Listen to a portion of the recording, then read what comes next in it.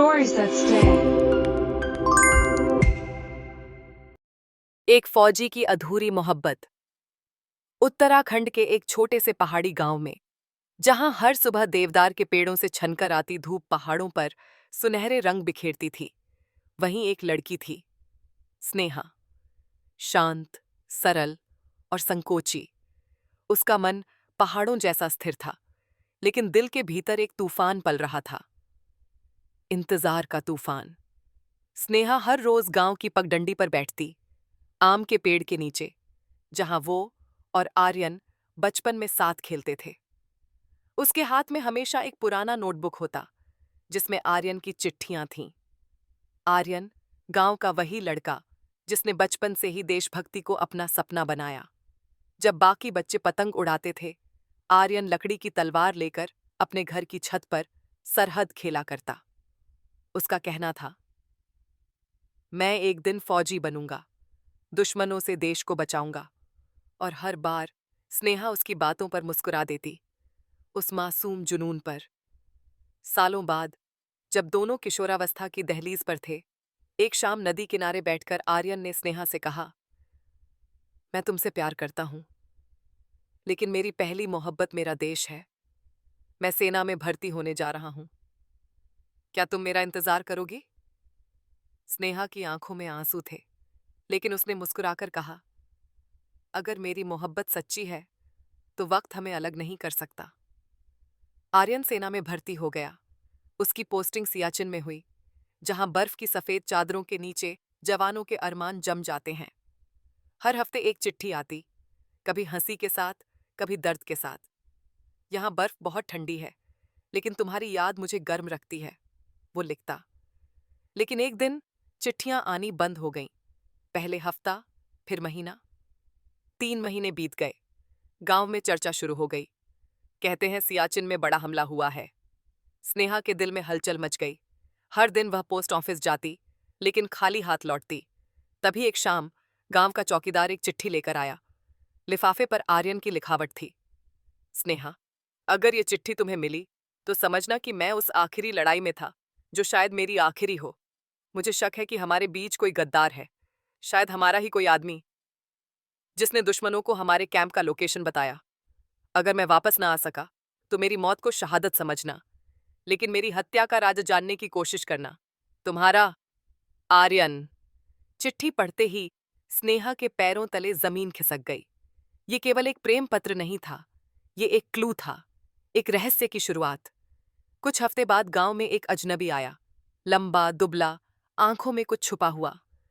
उसने खुद को विनीत बताया और कहा कि वो रक्षा मंत्रालय के रिसर्च विंग से है।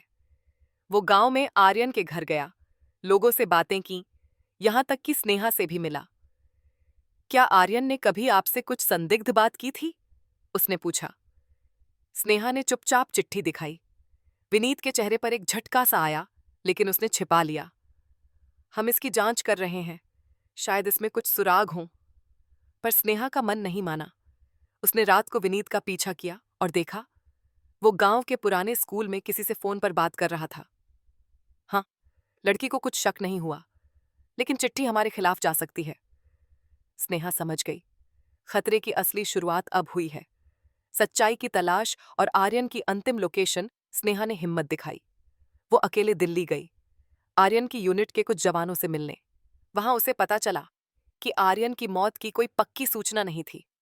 उसका शव कभी नहीं मिला था, केवल खून से सना हुआ एक रेजिमेंट बैज और एक जला हुआ डायरी पन्ना मिला था। मुझे अपने ही लोगों से खतरा है, शायद मैं जिंदा ना रहूं, पर यह लड़ाई जरूरी है। दिल्ली में ही स्नेहा की मुलाकात हुई लेफ्टिनेंट समीर मलिक से, आर्यन का सबसे अच्छा दोस्त। समीर ने बताया, हमने शक किया था कि हमारी यूनिट में कोई जासूस है। आर्यन ने अकेले ही उसकी तहकीकात शुरू कर दी थी। स्नेहा ने विनीत की तस्वीर दिखाई। समीर सन्न रह गया। ये आदमी रक्षा मंत्रालय से नहीं है। ये तो वो एक बर्खास्त अधिकारी था, जो दुश्मन देश के लिए जासूसी कर रहा था। अब स्नेहा ने फैसला किया, आर्यन के लिए, देश के लिए, मैं यह खेल खत्म करूंगी। समीर और स्नेहा ने मिलकर एक योजना बनाई।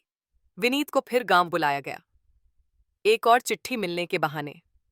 इस बार जब विनीत गांव पहुंचा, तो स्नेहा ने उसे आम के पेड़ के नीचे बुलाया, वहीं जहां उसने आर्यन से प्यार का इजहार सुना था। वहां छिपे हुए आर्मी इंटेलिजेंस अफसर पहले से तैयार थे। विनीत पकड़ा गया और उसी की जुबानी पता चला। आर्यन को गोली मारी गई थी, लेकिन वो बच गया था और अब भी सेना की सुरक्षा में एक सीक्रेट मिशन पर था। स्नेहा को यह जानकर सुकून मिला कि आर्यन जीवित है, लेकिन उसकी लोकेशन गोपनीय थी। कई साल बीत गए। स्नेहा अब गांव की लड़कियों को आत्मरक्षा और पढ़ाई दोनों सिखाती थी। उसका नाम एक मिसाल बन गया। फिर एक दिन गांव की डाकिया एक पार्सल लाया। उसमें एक चिट्ठी और एक मेडल था। स्नेहा, मुझे माफ करना कि मैं नहीं आ सका। मेरा मिशन अब भी अधूरा है।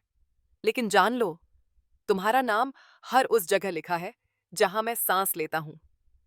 ये मेडल तुम्हारे नाम है, क्योंकि तुमने मेरी लड़ाई पूरी की। तुम्हारा आर्यन। स्नेहा की आंखें भर आईं, लेकिन इस बार आंसू गर्व के थे। हर साल स्नेहा उसी नदी किनारे जाती है जहां आर्यन ने उसे प्यार का वादा किया था। वो वहां एक लाल गुलाब रखती है और आसमान की ओर देखकर कहती है, मेरा प्यार जिंदा है। वो वर्दी में है, सीमा पर है और मेरी आत्मा में है।